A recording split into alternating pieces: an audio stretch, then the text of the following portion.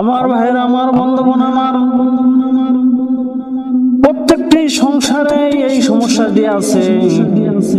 কিরকম সমস্যা?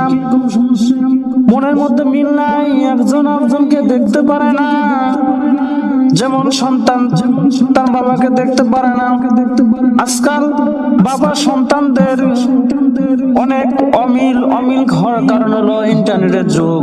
ছেলেরা বিভিন্ন জায়গায় আড্ডা দেয়। বাবাই কথা বলতে গেলে বাবার উপর রাগান্বিত হয়ে যায়। অনেক ছেলেরা আছে নেশাগ্রস্ত, বাবার অবাধ্য সন্তান হয়ে গেছে।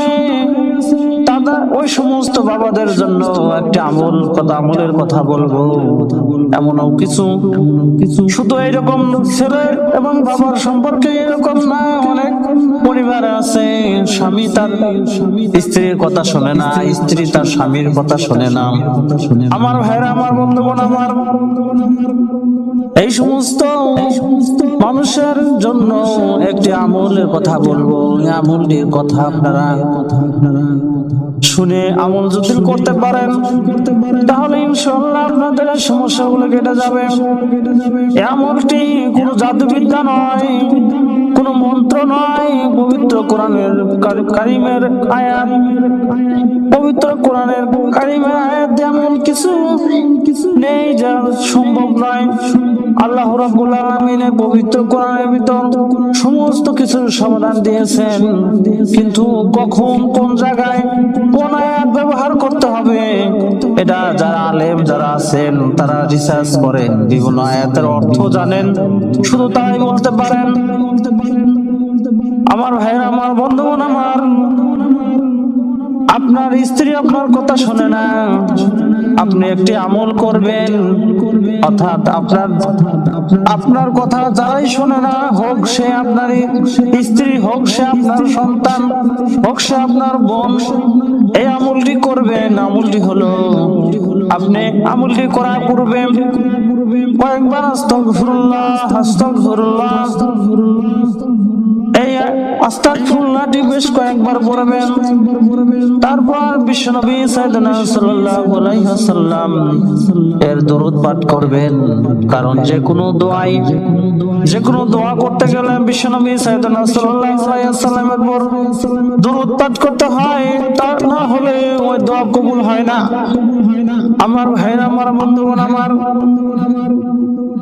কয়েকবার আস্তাগফিরুল্লাহ পাঠ করবেন, 3 বার দুরূদ শরীফ পাঠ করবেন, বড় দরুদটি পাঠ করবেন। যারা বড় দরুদটি না পারেন তাহলে বেশ কয়েকবার সাল্লাল্লাহু আলাইহি ওয়াসাল্লাম পাঠ করবেন। দরুদ পাঠ করার পর সেই কাঙ্ক্ষিত আয়াতটি পড়বেন। পবিত্র কোরআনের সূরা তোহার 39 নম্বর আয়াতে এই আয়াতটি আছে।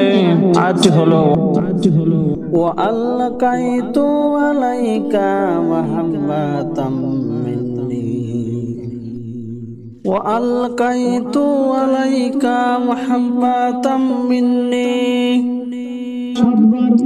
7 বার পাঠ করে তার যদি ছবি থাকে ছবিতে ফু দিবেন, অথবা তার যদি ছবি না থাকে তার চেহারা মনের ভিতর নিয়ে এই আয়াতটি পাঠ করবেন।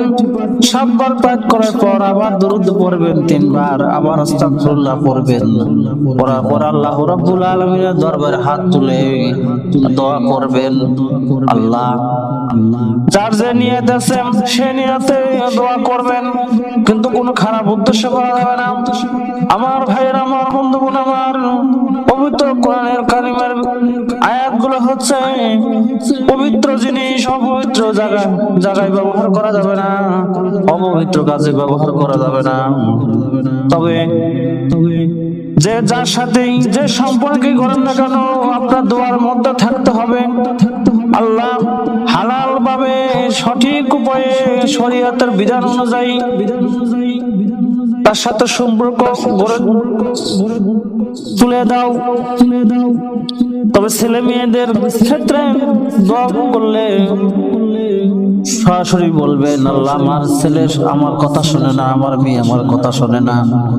যখনই অন্য কোনো মানুষের বিবাহিত নারী বা অবিবাহিত নারীর সাথে সম্পর্ক করতে চান, তাহলে ভালো সম্পর্ক করতে চান, তাহলে আল্লাহ রাব্বুল আলামিনের কাছে হাত তুলে যখন বলবেন, অবশ্যই বলবেন দোয়ার মধ্যে এরকম থাকতে হবে, আল্লাহ শরীয়ত অনুযায়ী হালাল ভাবে এর সাথে আমার একটা সম্পর্ক করে দাও। এমনও তো সম্পর্ক হয় ভাই বোনের সম্পর্ক হয়, এমনও তো সম্পর্ক হয় চাচা ভাতিজার সম্পর্ক হয়, এমনও তো সম্পর্ক হয় ছেলে মেয়ের মতন সম্পর্ক হয়। সম্পর্ক কোনো শেষ নেই, কিন্তু মাথায় রাখতে হবে কোন প্রকার কুবুদ্ধি কুচিন্তা যেন মাথার ভিতর না আসে।